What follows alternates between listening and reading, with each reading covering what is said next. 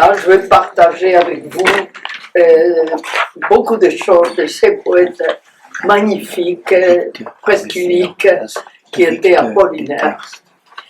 Voilà. Alors aujourd'hui, je vais parler des muses d'Apollinaire. Qui étaient les muses d'Apollinaire? La première, la plus importante, celle qui va prendre vraiment l'esprit de tout son œuvre, sa mère. Alors évidemment, surtout dans ces récits, il y a certains de ces récits que nous serons vraiment surpris de voir à quel point il reproduit sa mère avec sa famille, avec toutes ses caractéristiques, comment la mère l'envahissait, comment il était vraiment plein de cette mère avec laquelle elle avait un lien que on verra. Alors, Apollinaire nous invite à revivre avec lui l'itinéraire de sa vie intérieure au fil des obsessions de ses personnages et des confidences voilées dont il jalonne ses récits et poèmes.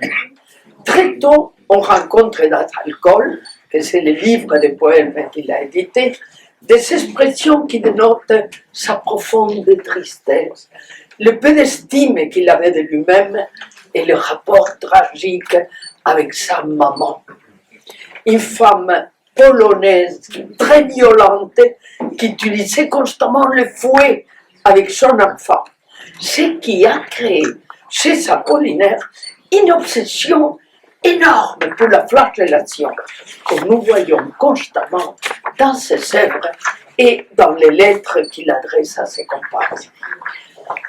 Qui était sa mère?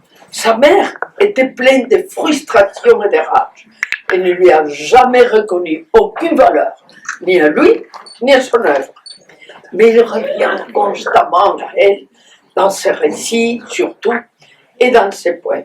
Parce qu'il avait entre eux un lien pathogène et sadomasochiste beaucoup plus fort que celui qui aurait pu être basé sur la tendresse.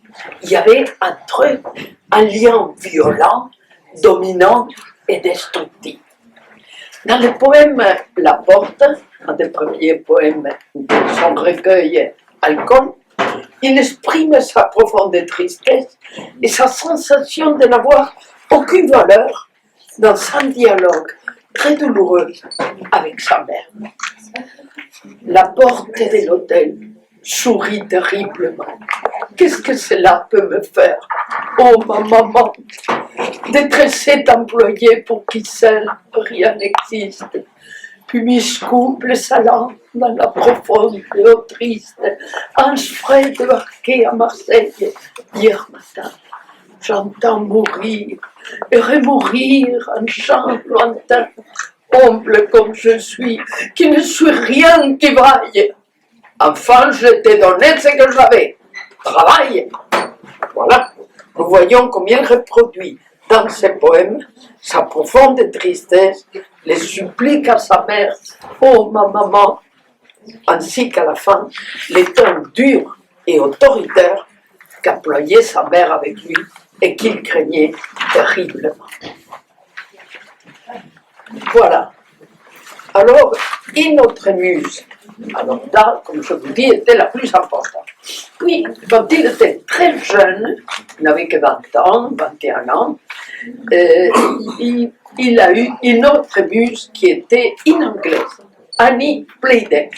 Elle était une jeune gouvernante anglaise qu'il avait connue en Allemagne en 1901, quand il était précepteur de la fille de la vicomtesse de Milhaud. Il voulait l'épouser, et quand elle revient à Londres avec sa famille, il ira la voir plusieurs fois. Mais elle racontera au chercheur belge Goffin qu'il est allé jusqu'en Californie après la mort d'Apollinaire pour la chercher, pour parler d'Apollinaire, pour parler de leur relation. Il dira de lui: il me faisait très peur, il était impétueux, forcené, jusqu'à la cruauté.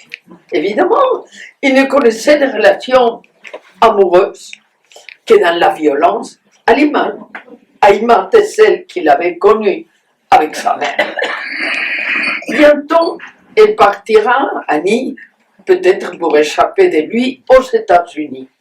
Apollinaire, triste et endolori devant son refus, écrit le poème La chanson du mal-aimé.